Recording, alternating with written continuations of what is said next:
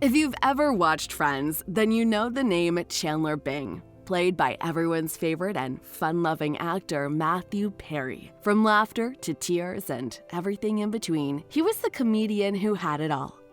Or did he?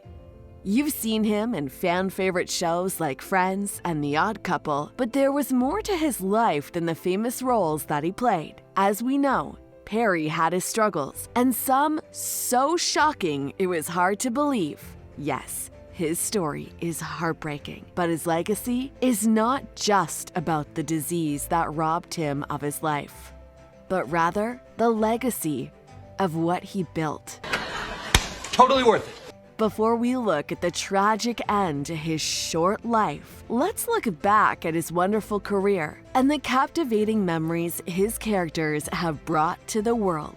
Did you know that Perry began his career as a child actor? In 1969, Perry was born to actors Suzanne Marie Langford and John Bennett. Perry had an unconventional childhood, splitting his time between Canada and Los Angeles after his parents went their separate ways when he was just a toddler. Traveling between countries, he eventually found his place in Los Angeles and officially started acting when he was only 15 years old. He got his big break straight out of high school and landed a role in the series which was later called Boys Will Be Boys. Soon after, he appeared in Beverly Hills 90210 and Charles in Charge. In the 80s, he even had the privilege of working alongside the legendary River Phoenix in the film A Night in the Life of Jimmy Reardon before his big break in Friends.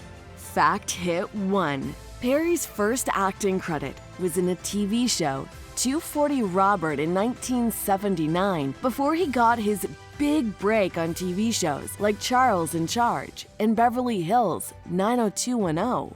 After a few small roles here and there, it was the guest role in a comedy show, Dream On, that caught the eye of Marta Kaufman and David Crane, the creators of Friends. As the creators were putting together Friends, they had remembered Perry and had him in mind when putting the script together. Interestingly, Perry knew the script by heart before his audition because he was helping his friend practice his audition for the show. Before it went to the air, the show was known as Friends Like Us, premiering on NBC in 1994. It quickly became a centerpiece of the network's renowned Thursday night must-see TV lineup. With his portrayal of the lovable Chandler Bing, Perry became an overnight sensation, along with his talented castmates Jennifer Aniston, Courtney Cox, Lisa Kudrow, Matt LeBlanc, and David Schwimmer. The show's popularity reached unprecedented heights, with more than 50 million viewers tuning in for the unforgettable 1996 Super Bowl episode and the epic series finale in 2004. By the time the series ended, each of the cast members were earning $1 million per episode. The castmates all agreed and even negotiated to be paid the same amount per episode. Fact hit 2. Did you know that Perry auditions for the role on Friday and started work the following Monday? Talk about being perfect for the role. Even though he knew he would be remembered as Chandler Bing, he hoped that it wouldn't be his only legacy. He wanted people to remember him as someone who wanted to help others. He even wrote a play for that reason. Over a span of 10 days and a year, the plan was finally brought to life. The story was based on people in their 40s who were searching for the meaning of life. The play was called The End of Longing. Perry said it was a personal message to the world, an exaggerated form of me as a drunk. I had something important to say to people like me and to say to people who love people like me. The play began its run on the West End in 2016 and made a debut in the US in 2017. This play gave his audience another look behind the curtain, showing the world not only was he a talented actor, but he could write too. Fact hit 3. Did you know that for Perry, being on stage made him feel naked? Being on stage makes you feel naked. Being on stage in a play that I have written will make me feel doubly naked. Despite the odds, his career thrived. His most triumphant film was back in the early 2000s in the movie The Whole Nine Yards alongside Bruce Willis. It was a hugely popular film and made a staggering $100 million worldwide, and even spawned a sequel in 2004. He had other film roles too: Fools Rush In and 17 Again. His acting career went from film to TV movies and various other TV series. Not only was Perry nominated as part of the ensemble of Friends in 2002, but he was also nominated for The West Wing, playing a Republican lawyer. It is this role that solidified his reputation as a versatile actor and made people notice him, more than the wise guy Chandler Bing. In 2007, he received his 4th Emmy nomination for The Ron Clark Story, in which he captivated audiences as a real-life teacher in the New York City public school system. Perry also made notable appearances as a cunning politician in The Good Wife 2012 and its 2017 spin-off The Good Fight, and many others. Navigating through a series of short stint roles, including Studio 60 on the Sunset Strip 2006, Mr. Sunshine 2011, and Go On 2012, he found his niche in the reboot of the classic 1970s comedy The Odd Couple. Alongside the talented Thomas Lennon and Wendell Pierce, he showcased his sharp wit and charm.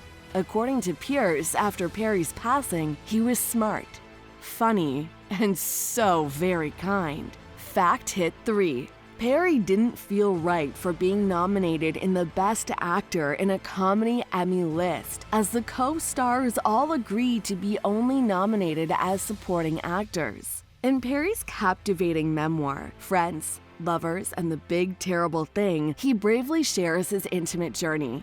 An accident on a jet ski back in 1997 forced him to take pain medicine. Sadly, he was not able to control his use of pain medication and eventually became so dependent on it. This dependency led to a dramatic event in 2019 where Perry had a near-death experience. His colon burst, plunging him into a coma that lasted a staggering 2 weeks. He spent a further 5 months in hospital and eventually had to rely on a colostomy bag for his digestive needs. Throughout his health scare, Perry found himself hooked up to an ECMO, extracorporeal membrane oxygenation machine, a lifesaver that provided vital support to both his heart and his lungs. Astonishingly, doctors divulged to his family that his chances of survival were a mere 2%. This trying ordeal only fortified his determination to offer support to others. With 14 stomach surgeries under his belt, Perry perceives his scars as a cherished blessing, serving as poignant reminders to maintain sobriety.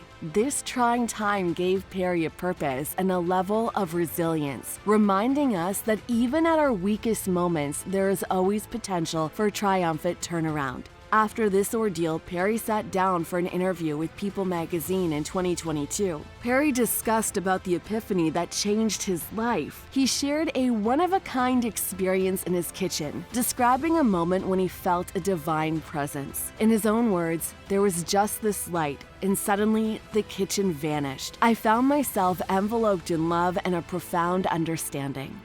Who knows, maybe death isn't the end. I genuinely hope for such a remarkable possibility. In his captivating memoir, he candidly recounts the tumultuous journey of his substance abuse, which began during his teenage years at the tender age of 14. Having skyrocketed to fame at just 24 with the iconic television series Friends, his struggle with alcohol and drug addiction intensified. Astonishingly, he reveals that at one point, he found himself consuming a staggering 55 pain pills each day. This roller coaster ride took a toll on his physical appearance, as his weight fluctuated drastically between 225 pounds and a mere 128. In another intriguing interview with the New York Times in October 2022, he made a jaw-dropping estimation. I've probably spent a whopping $9 million or so in my quest for sobriety, although the book released in November suggests a figure closer to $7 million. Astonishingly, at the time of the interview, he proudly revealed that he had been clean for a solid 18 months. Despite the immense pain and countless struggles he endured, Perry's journey to recovery ignited an unwavering sense of duty towards aiding others who tread similar paths. I'm no saint, let's face it. None of us are. But imagine standing right in the face of death only to survive. You'd think you'd be engulfed in relief and boundless gratitude. But that's far from the truth. Instead, you find yourself staring down a treacherous road of self-improvement, and you can't help but feel wrath. And here's the catch. You're bombarded by this relentless question. Why have I been spared? He brilliantly penned in the book. Unfortunately, Perry's luck has run out and was found deceased in what appears to be a drowning incident at his home in the beautiful Pacific Palisades neighborhood of Los Angeles. So far, police have said there was no foul play and it may have just been an unfortunate incident, but are still investigating.